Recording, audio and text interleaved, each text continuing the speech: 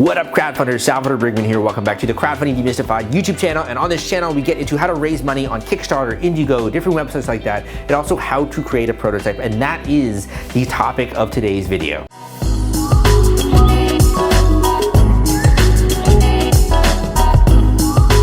So you got this great idea in your head, and you want to get this out there into the world so it can impact people, and you can have many happy customers, raving fans, people that love your work, and you create an everlasting brand. It all starts with the prototype, and if you have not yet, I would recommend obviously getting out like a napkin, at least some sketch paper, and sketching out the product before you go out there and you make the prototype. But these are sort of the steps that I would recommend going through for making a prototype and getting that there to the actual production stage. So let's talk about this prototype. It all begins, even a great, very nice looking product, something that's very well polished, it doesn't start there. There are many different iterations and stages. Kind of like if you're writing a book, it doesn't look like the finished book or the finished product when you actually pick it up in the store. It looks, there are a lot of rough drafts that go out there before that. So with the prototype, it all starts with the homemade version. Usually, so before this, you probably have some like sketches on a napkin. You have like a rough idea of how this thing might look, what the dimensions might be like. You've done a little bit of sketching, at least a little bit of knowledge there when it comes to that front.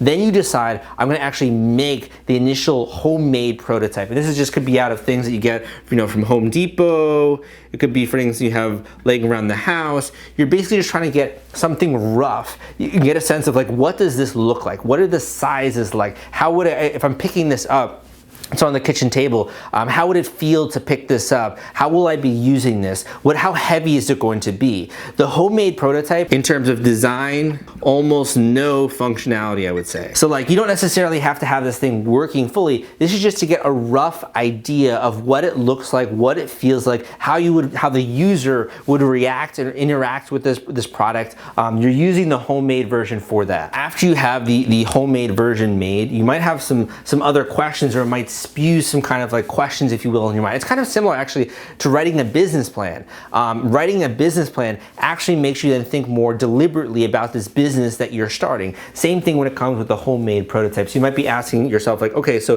what kind of materials do I need to get this made out of? What are the actual dimensions going to look like? How is the user going to use this? These are the questions you're gonna have. Once you get past the homemade stage, then you might get into a little bit more sophisticated things. You might go into 3D printing. If you're looking for something more in like production types of materials, you might use CNC milling.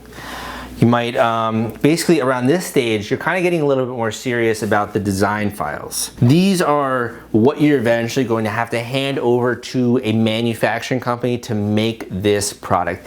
When you're just here like in the homemade stage, you might be able to work fine off of your sketches on a napkin or on a graphing paper. As you're getting a little bit more into a prototype that looks and feels the way the actual product is going to be, or using things like production equivalent kind of materials, then you're getting a little bit more, in my opinion, into the actual design files and looking at the 3D renderings and getting off the whole 2D stage and just sort of this next level here. There's other things you can do as well. I'll actually link to a blog article that I've written outlining some of the key resources that you can use in the prototyping stage here. Like you can use, I believe it's called Screw, which is like a moldable kind of material. You can use other basically ways to get this prototype looking more like the real thing. So I will link to that blog article down below, which goes a little bit more in depth into that. Now, this is kind of hard to make like a high level video on this because there's gonna be a lot of iteration here. There's gonna be a lot of iteration where you realize, okay, we can't make it out of this material, or you realize, okay, it needs to look this way, or this doesn't feel very good in the hand. This gets even more complicated if you have things like moving parts, or you have electronics. This makes it even more complicated. So you're going to spend a lot of time in the sort of initial phase of getting those things right. The look and feel, the materials, the technologies that you're using, and thinking a little bit about that. And keep in mind, these are great opportunities as well to sort of document what it is you're doing, to take photos, to take video, and later on you can actually show people that are looking to buy your product, everything that goes behind the process, or if you're doing Kickstarter or Indiegogo, those are great assets to have. The next step here is to create a working prototype.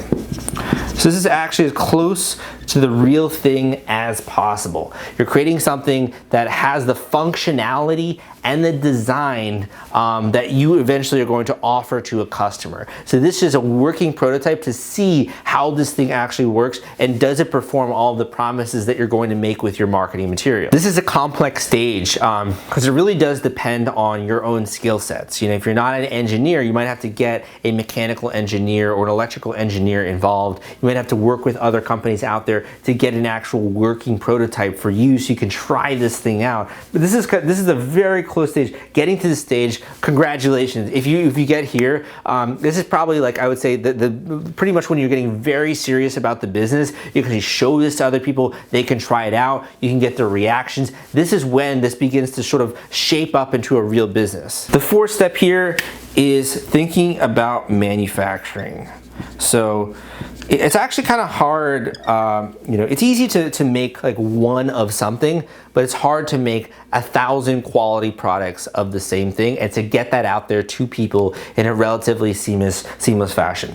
So with manufacturing, this is all about supply chain management. Basically, what manufacturing plants are going to be used in order to make 100 of these or 1,000 of these? Are you going to go with the same manufacturing plant? Are you going to source these materials from different plants? When is this going to be assembled? When are the molds going to be made? Are you going to be using, you know, injection molding? Like, what are the processes and the technologies that go into this? What are the materials? And in addition, what area of the world is sort of best or most efficient at creating the materials that go into this product? If you're doing something more like apparel, the part of the world you go to is probably going to be different than if you're doing something more like electrical engineering or you're creating more of a physical product in that way. Manufacturing, supply chain, and also thinking about shipping, or where these people are going to be in the world. What is the weight and the dimension of your project? How is that going to factor into shipping? If you're getting the thing put together in one place and it's being shipped to your house or it's being shipped to a fulfillment center,